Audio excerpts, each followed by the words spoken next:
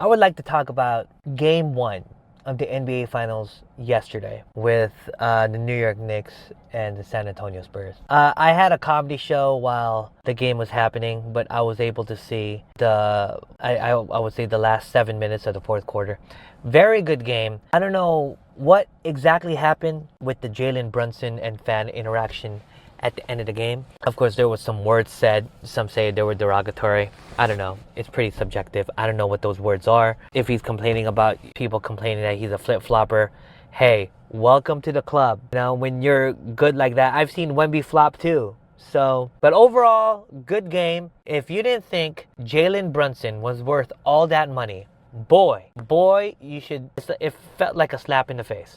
I love his mental fortitude. I love his mental focus. Malika Andrews had a interview with him, I think this morning or something. He didn't want to see the championship trophy. He had an opportunity to see it. Didn't want to be near it. And Malika Andrews was like, hey, Kobe Bryant is appreciating the gesture, and I bet you he is. Jalen Brunson is focused. So is Wemby too. I just hope for a good series. I doubt Wemby is going to have another horrible shooting performance like he did yesterday.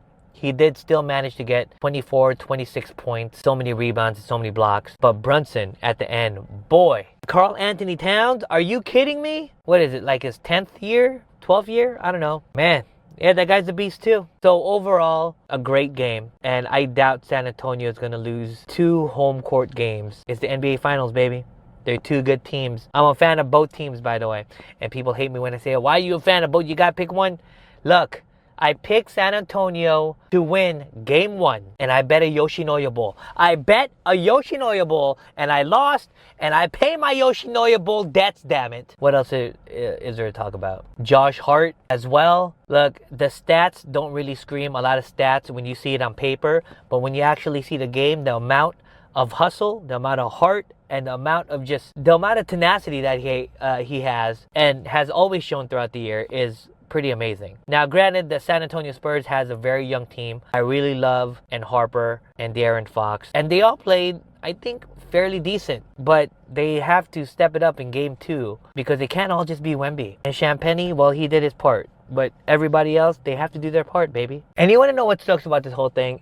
I could have watched it at home if I didn't have a comedy show. Usually, when somebody books me at a comedy show, I usually stay for the whole show, 95% of the time. But there was something in me yesterday. I was like, I really want to leave because I really want to see the game. I stayed at the show because I like the booker. I like Greg Benevent. He's a good friend of mine. I decided to stay there and support the show. I was streaming it on my phone. It was on mute. Actually, it was on my Meta Ray-Bans. But I enjoyed the game. I shouldn't say it pissed me off, but what really bugged me about yesterday was the bar, because game 1 of the NBA Finals is on, and I asked the bartender, I was like, could you put on the NBA Finals? He's like, oh, I can't, there's a Dodger game on. I get it. I love the Dodgers too, okay? I'm not an avid watcher of baseball, but I do respect it.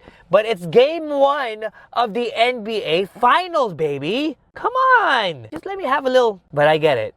If you're going to advertise there's a Dodger game at your place of business, still, it doesn't mean I got to like it. That's all I got to say about that.